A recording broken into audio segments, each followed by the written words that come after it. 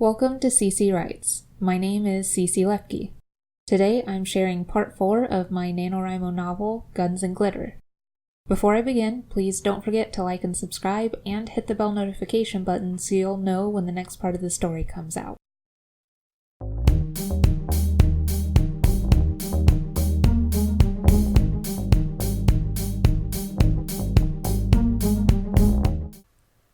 The sky was pitch black by the time Grace limped onto the front porch of the small house, crammed onto a city block with 10 other equally run-down houses. The white vinyl siding was dented and dirty. Faded blue shutters hung half off of their hinges.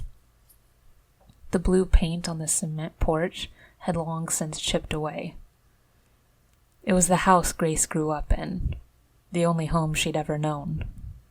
As dilapidated and broken as it was, she still loved it. The door opened as she reached for the handle.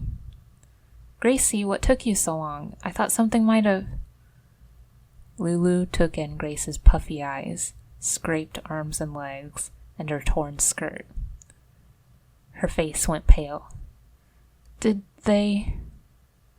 The words hung fearfully between them.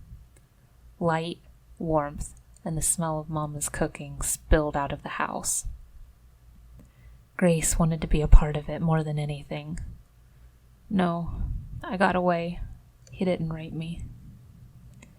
Lulu flung her arms around Grace's neck and cried.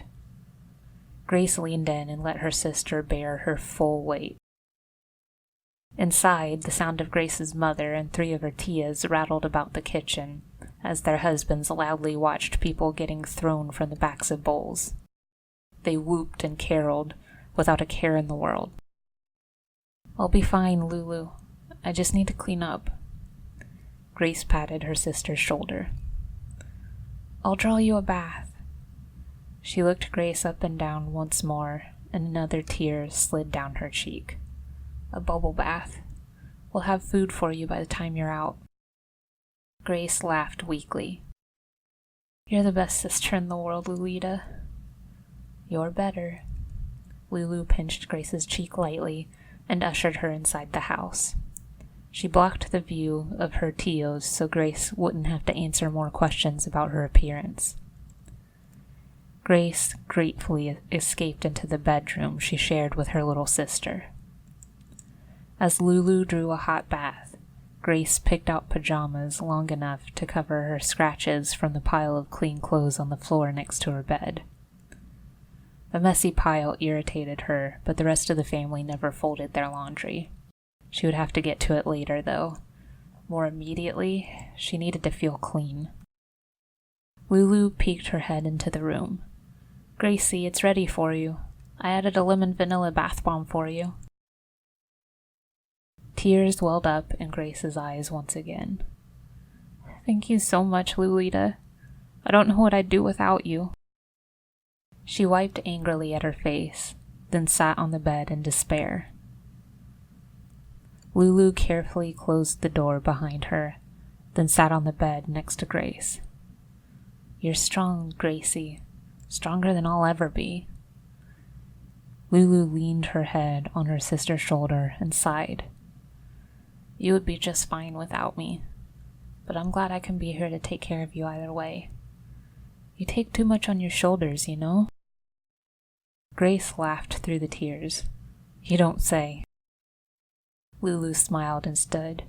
She grabbed her sister's hand and pulled her up from the bed. "Just thought I'd let you know in case you suddenly turned stupid and didn't notice it for yourself. Can't rule out everything." Grace pinched her sister in the side. "Brat." "Hey, I thought I was your wonderful little sister. What happened to that, huh?" She gave Grace a side hug and pulled away. "Your bath will get cold. Better get to it before Tio Jorge decides I made it for him." "God forbid. He takes forever in the bath." "I know, right?" Lulu giggled, then shooed Grace out of the room.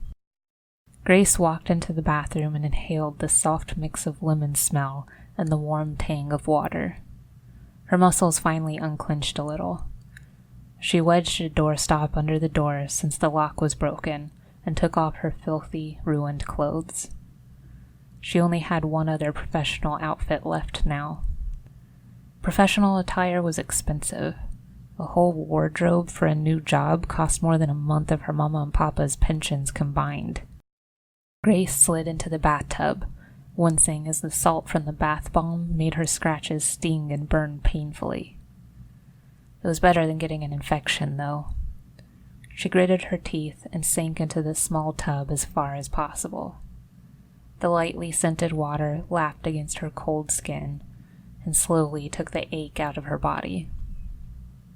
She closed her eyes. Everything hurt down to her very soul. Papa was sick again. Her parents had to take care of their 2 grown daughters during their retirement. There was never quite enough money to get through the month.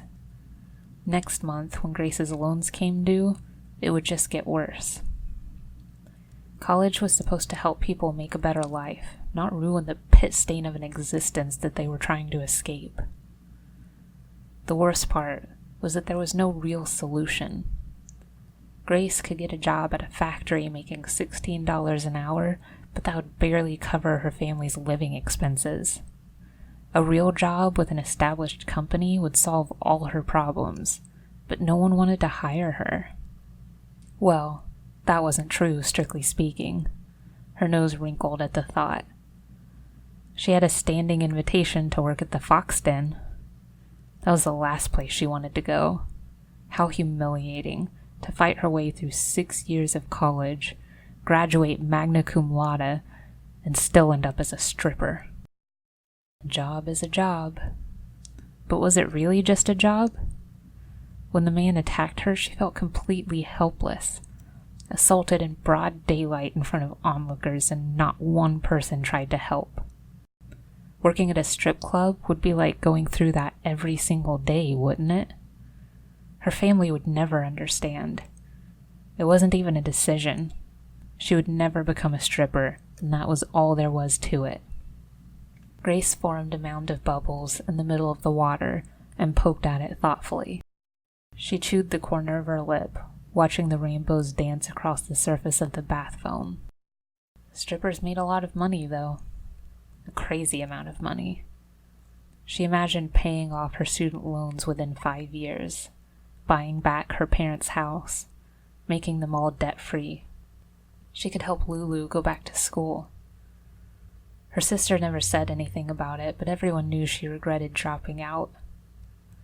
At the time, there was no choice, but if Grace could take care of everything, give them everything they deserved, then who cares where the money came from?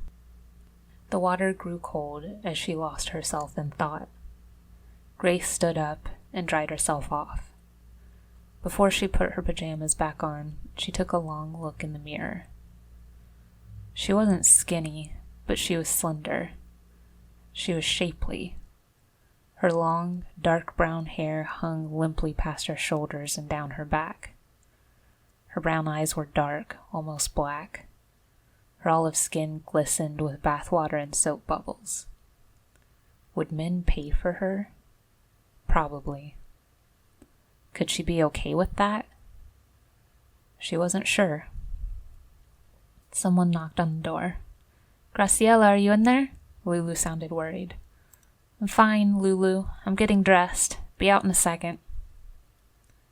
Grace pulled on a pair of Christmas-themed pajama pants and topped it with an old SpongeBob SquarePants long-sleeved shirt she used to wear as a teenager. She retied her hair into an off-center braid to keep it out of her face. With one last questioning look in the mirror, Grace rejoined her family for dinner. Dinner at the Marroquin house was always a family affair. The house overfilled with bratty primos and loud tios and tias, some of whom were only dubiously related and others who were actually family friends or close neighbors. The whole house filled with the smell of handmade tamales, fresh tortillas, heavily spiced meat and beans, and the warm cinnamon undercurrent that meant Mama went the extra mile and made some empanadas for dessert. When Grace would only take a small portion, a helping hand came along and doled more food onto her plate. When she couldn't possibly eat another bite, a new dish was offered in jovial good nature. Just a bite, just a bite. Tio Jorge shoved a piece of orange-flavored rolls into Grace's face. It's so good, mija. You're going to love it. Grace smiled, laughed, and took another bite. Because this was family, and this was why she loved them.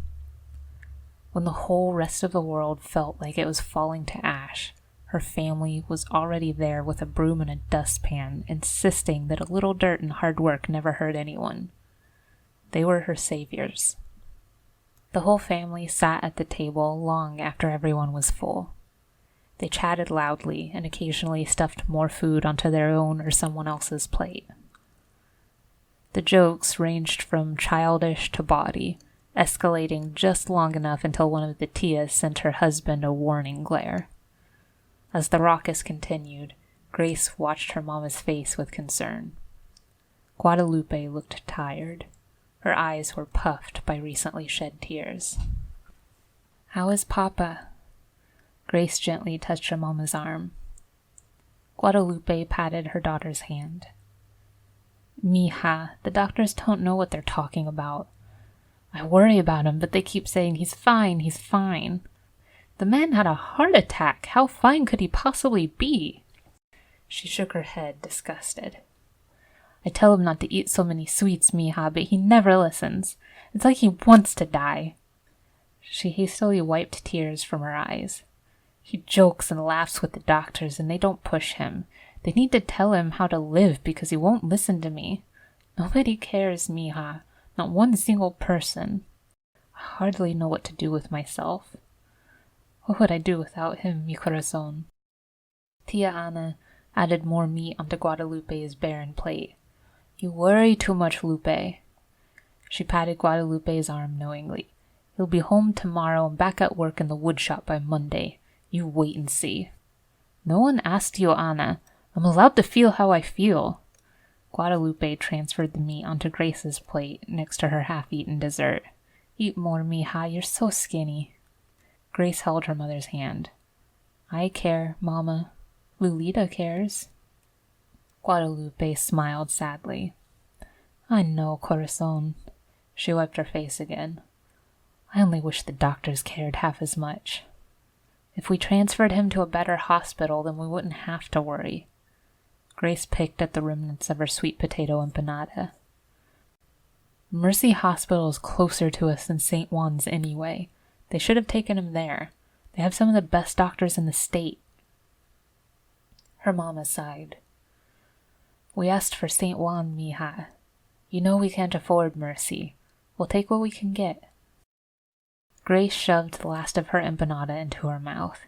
She stood abruptly and pushed away from the table with a grunt. Guadalupe gripped her daughter's fingers, but Grace shook her off.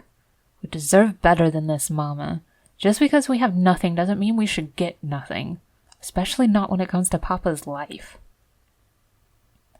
Guadalupe raised her hands in defeat. "I don't know what to tell you, mija. If you can find a way to pay for it, then go ahead, but we can't afford Mercy, and you know it." "Abuelita died because of them, Mama. What if they do the same to Papa?" Lulu let her silverware fall loudly against her plate. She glared at Grace. "The investigators said it wasn't the doctor's faults, Graciela." Grace snorted. "Of course they said that. They worked for the hospital, and we couldn't dispute it because we couldn't afford the legal fees. How is that fair?" "That is life." Guadalupe leaned against the table with her head in her hands. "That's always life, mija. What can I do about it now? Mama is gone and tu Papa is in el hospital. I cannot change things." "Gracie," Lulu stood up from the table. "Leave Mama alone. This is hard enough on us already." Grace glared at her sister, then walked away. "I'll figure it out myself, then." She stomped into her room and slammed the door. The noise of her family in the other room was muffled. Like a child, Grace curled up on her bed and hugged the little stuffed eagle she'd had since she was a baby. There wasn't much figuring out that she needed to do. The facts were clear. She needed a good-paying job to take care of her family. Only one place wanted to hire her for a good-paying job. It was embarrassing. It would break her mama's heart. But it was the option that made the most sense. Besides, it wasn't like taking the easy option automatically meant she couldn't keep looking for a better position. She could use the money to pay for a new professional wardrobe, a better wardrobe than the cheap sales rack clothes she always wore. She wouldn't let her papa suffer. She would take care of her entire family. All she had to do was take off her clothes. Thanks for tuning in to this episode of Guns and Glitter. I hope you like the story so far. If this is your first time watching and you like what you heard, then make sure to go back and check out the story from the beginning. I'll post the link in the description. This is a continuing story, and I plan to share the entire thing with you on a weekly basis until the end. Don't forget to like, subscribe, and hit the bell notification button so you'll know when the next episode comes out. Till next time, see you later.